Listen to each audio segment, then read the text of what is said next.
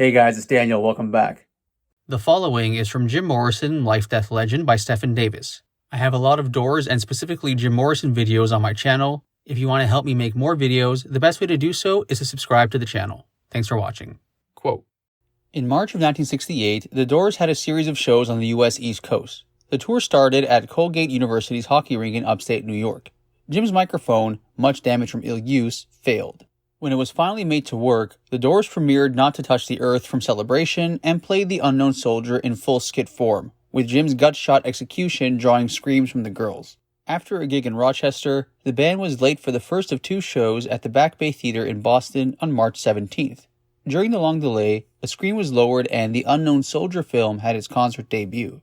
Elektra had released The Unknown Soldier as a pre-album single to coincide with the tour, but its incendiary, possibly seditious content had earned it a nationwide radio ban. Only the college radio stations played it consistently. The Boston audience, mostly college students, responded to the film's radical politics with a standing ovation and demanded that it be shown a second time. When the band finally arrived, Jim strode out in leather pants, a navy pea coat with the collar turned up, and a funky straw hat covering the longest hair he would ever have. The band played great, but Jim phoned in the show, even delivering Light My Fire in a mock Boston accent. But Jim was on fire for the second show. The scream that began when the music's over scared the hardened Boston cops guarding the pitch-black stage, lit only by a single spotlight on the delirious singer. Halfway through Backdoor Man, Jim started in on the unreleased 5-1, drawing more cheers from the hypnotized audience. The end contained 4 poetic beatitudes, and culminated in a shattering performance that had the thousands who saw it buzzing for months. The next weekend, March 22nd and 23rd, the Doors played 4 shows in 2 nights at Bill Graham's new Fillmore East. Graham had brought the Joshua Light Show from San Francisco, and Elektra Records art rock bands Ars Nova and Chrome Circus opened for the Doors. Serious Doors aficionados think these defining Fillmore East performances were the best the band ever gave. They had been playing in New York since 1966, had built a loyal following, had the media firmly behind them, had 2 albums in the top 5, and now were seen as the living incarnation of rock. The anticipation for these shows in New York in March of 1968 verged on the rabid. The 10,000 $5 tickets sold out in an hour and were scalped for as much as $50 apiece. 3 Doors came out first and began playing. Ray was in a cream-colored pinstripe suit, Robby in all black, and John in an unforgivable scarlet ensemble. Jim, when he finally appeared, as the tension built and the music reached its psychic peak, was in his leather pants and a maroon shirt under the heavy peacoat. A brown, broad-brimmed leather hat was pulled over his low eyes. Wild cheering began the moment he stepped on the stage and put his right boot on the mic stand to steady himself, while he raised the mic to his lips.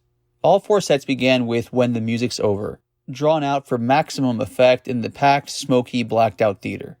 They played Break On Through, Alabama Song, and Backdoor Man 5-1 in a stunning sequence of lust and threat. Then they played You're Lost. After Love Me 2 Times, Jim assumed the role of pompous film professor, advising his class that they were to pay close attention to the following screening because there would be a quiz on the material. The screen came down and The Unknown Soldier was run again, drawing prolonged applause as the band took the stage and played the new song, just released as a single and already the subject of a ban on Top 40 radio. The audience listened carefully as the Doors ran through portions of Celebration of the Lizard. As Ray Manzarek recalls, the Fillmore East had a light pit in front of the stage, and I knew something was going to happen. And Jim was really stoned, and sure enough, I used to play with my head down, so I didn't see a lot of the things he did. At one point, he's supposed to start singing, and he didn't sing, and I looked up, and he was gone. And then, sure enough, a hand, another hand, and he comes crawling out of the light pit, and he was fine. For the second show, Jim was nowhere on stage during a long intro to When the Music's Over. Then, as the band vamped into his part, he executed a flying leap over the drum kit and landed in front of the mic, screaming on cue. It was a killer move. A bit later, he arched his back and let out an agonized shriek as if he was being electrocuted. People in the audience screamed. Jim smiled and carried on. The screening of the Unknown Soldier clip that night inspired some in the audience to heed the flyers passed out on the street by the Youth International Party before the show, announcing the first Yippin' at Grand Central Terminal at midnight. On Saturday night, Jim again called for quiet and attention as he screened The Unknown Soldier for the audience. The news from the Vietnam battlefields had been particularly grim that month, and the Saturday Night Fillmore audience, more in a mood to party, greeted the film with gritty applause. The last song of the set was Light My Fire. Stoned and bored during the instrumentals, Jim grabbed a bunch of daffodils that had been thrown on stage and began to annoy first the soloing Krieger, then Densmore. Jim tickled John's face with the flowers as the drummer was trying to play as hard as he could. Finally, Densmore smacked Jim's hands with a stick and the mischief stopped. Jim tied the flower to the ride cymbal where it hung like a dead canary. The late show that night was pure arson. 5-1, horse latitudes in full fury. Cacophonous lizard extracts. A lovely liquid moonlight drive. A fast burning light my fire. They played the end as an encore. After the long second set had been ecstatically received and the sated crowd began to leave the theater, Bill Graham announced that if anyone wanted to stay, the Doors would play an encore. The crowd rushed back in and the Doors came out, Jim with a paper cup of New York State champagne in hand, and jammed for another hour. The show ended at 3:45 in the morning.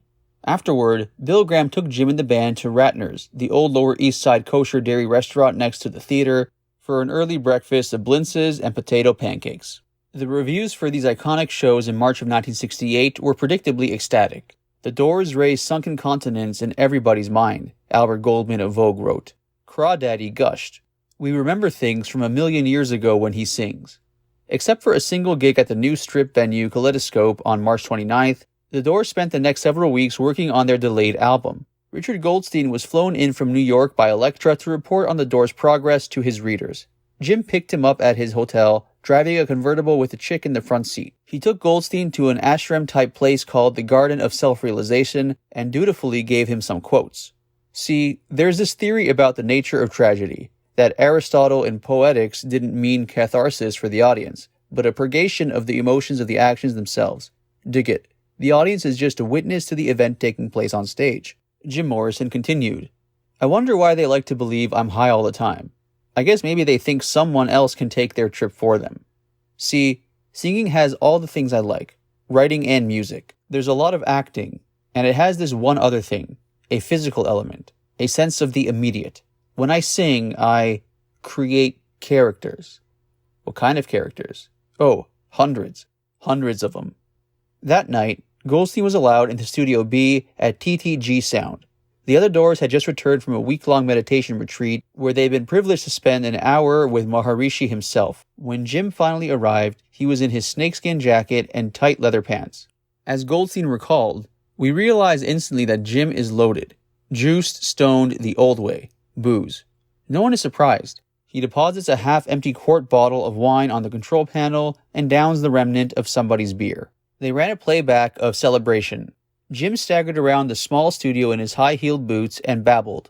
I'm the square of the Western Hemisphere. Man, like when somebody'd say something groovy, it'd blow my mind.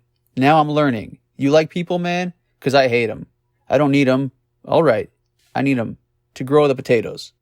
Ray took this moment to inform Jim that the Celebration of the Lizard didn't work as an album track. It just didn't hang.